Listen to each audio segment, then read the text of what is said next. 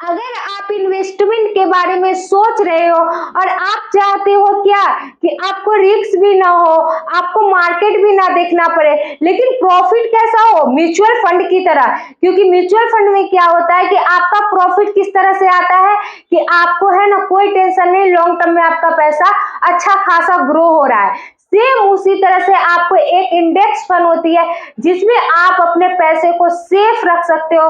तो आज की वीडियो में हम बात करेंगे कि इंडेक्स फंड क्या होता है, कैसे काम करता है और कैसे आप सेफ रख सकते हो अपने पैसे को इंडेक्स फंड में। तो चलिए वीडियो को शुरू करते हैं। जो भी पर्सन मेरे चैनल पे न्यू है उनसे रिक्वेस्ट है कि आप मेरे चैनल को जरूर से जरूर सब्सक्राइब कीजिएगा। चलिए वीडियो को शुरू करते हैं। सबसे बड़ी क्वेश्चन क्या है कि इंडेक्स फंड क्या होता है। तो इंडेक्स फंड और म्यूचुअल फंड सेम है, दोनों में कोई डिफरेंस नहीं है, सिर्फ कुछ कुछ पॉइंट की डिफरेंस है जो आपको पूरी वीडियो देखने के बाद ही पता चलेगी। तो म्यूचुअल फंड वालों ने इंडेक्स फंड की कॉपी किया था, तो सेम इसीलिए है क्योंकि इन्होंने कॉपी किया था म्यूचुअल फंड ने। तो आप देख सकते हो कि इसमें भी निफ्टी 50 टॉप 50 कंपनी है जिसमें एनएससी लिस्टेड है और सेंसेक्स की 30 कंपनी है बीएससी में जो लिस्टेड है। तो यहाँ पे क्या कर सकते हैं, जैसे कि निफ्टी 50 इंडेक्स फंड होती है, आप सर्च करना आपको मिल जाएगा निफ्टी 50 इंडेक्स फंड। तो इसमें क्या है कि पूरी इंडेक्स यानी 50 कंपनी आपके अंडर में, अगर आप है ना यहाँ पे इन्वेस्ट कर रहे हो तो एक तो आपका डाइवर्सिफाई भी है, दूसरी आप एक बार में है ना निफ्टी 50 के 50 कंपनी में इन्वेस्ट कर सकते हो। और एक आपकी है ना जो कंपनी है वो बहुत अच्छी होती है क्योंकि आपके लिए सेफ जोन होती है। जैसे ईटीएफ में आप क्या देखते हो कि एक ईटीएफ खरीद रहे हो तो आप है ना 50 कंपनी में एक बार में इन्वेस्ट कर रहे हो। अब क्या है कि आप है ना कैसे काम कर सकते हो, कैसे आप करते हो, यानी कि आप कैसे कर सकते हो इंडेक्स फंड को। तो इंडेक्स फंड सबसे पहले तो है पैसिव मैनेजमेंट है, इसमें कम फी लगता है। जैसे आप है ना म्यूचुअल फंड में जाते हो तो आपका फी बढ़ जाता है, जैसे वहां पे आपका जो एजेंट चार्ज होता है 1% होता है, 1% से ज्यादा भी होता है किसी किसी में। लेकिन यहाँ पे जो एजेंट फंड है और जो आपको जो लगता है वो एक्सपेंस रेशियो 0.1 टू लेकर 0.5 है, यानी कि आपका जो पैसा ग्रो हुआ उसमें 1 करोड़ हुआ तो उसमें सिर्फ आपका 1000 लगता है। लेकिन म्यूचुअल फंड वाले में ऐसा नहीं है, वहां पे 1 लाख 2 लाख ऐसे लग जाता है। तो आप 10,000 दे रहे हो और चाहे 1000 दे रहे हो, आपको उतना फर्क नहीं पड़ता है, लेकिन वहां पे जरूर फर्क पड़ता है म्यूचुअल फंड वाले में। क्योंकि हम आपको ये भी बताओ कि डायरेक्ट म्यूचुअल फंड और है ना आप रेगुलर म्यूचुअल फंड करते हो, दोनों में कितना डिफरेंस है, कितना एजेंट खा जाता है बीच में से, समझे। अब क्या आता है मार्केट के साथ ग्रो और लॉन्ग टर्म में इंडिया ग्रो करेगा। यानी कि आप देखते हो जो 50 कंपनी है वो इंडिया की इकोनॉमिक्स है, यानी अगर कंपनी अच्छी परफॉर्म नहीं कर रही है तो हमारा अर्थव्यवस्था भी बहुत खराब है इसी वजह से।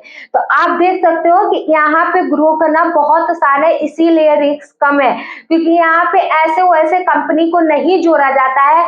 आप जानते हो टॉप 50 कंपनी को जोड़ा जाता है। अगर कोई कंपनी खराब परफॉर्म कर रहा है तो उसे हटा के उसके जगह पे 51 नंबर पे जो कंपनी है उसे ऐड डाउन किया जाता है। तो आप सोच के देख सकते हैं वो खुद सिंसियर है, आप सोच सकते हैं यहाँ पे आपका पैसा कितना सेफ रह सकता है।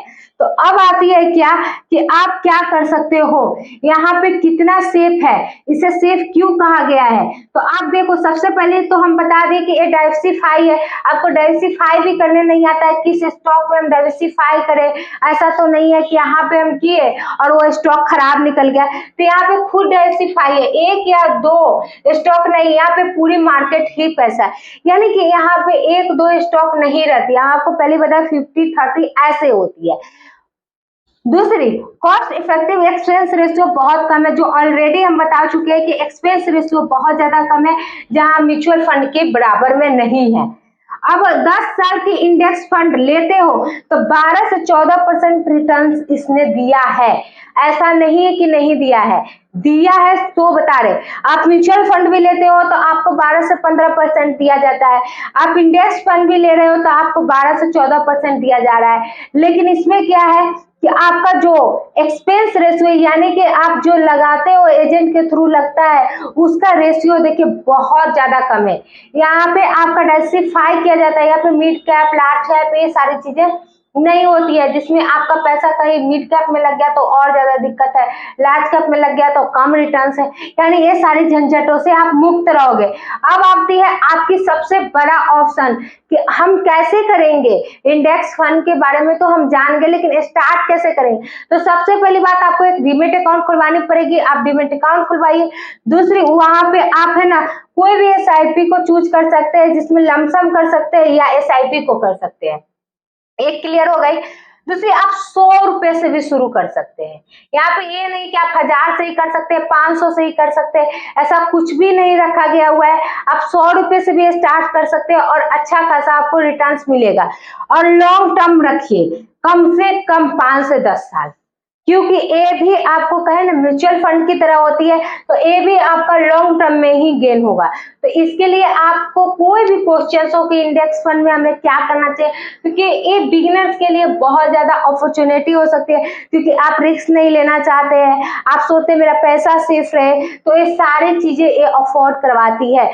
यहाँ पे आपको ये सारी चीजें मिल सकती है, तो आप यहाँ पे इसे अच्छे से कर सकते हैं। अगर इसके बारे में आपको कोई क्वेश्चंस पूछनी है तो आप मुझे कमेंट कर सकते हैं, जिससे आपको पूरी क्लियर हो जाए और आप अच्छे से कर पाओ। तो इस वीडियो में इतना ही। अगर मेरे चैनल पे नहीं हो तो चैनल को सब्सक्राइब कीजिए और वीडियो को लाइक कीजिएगा। मिलते हैं नेक्स्ट वीडियो में।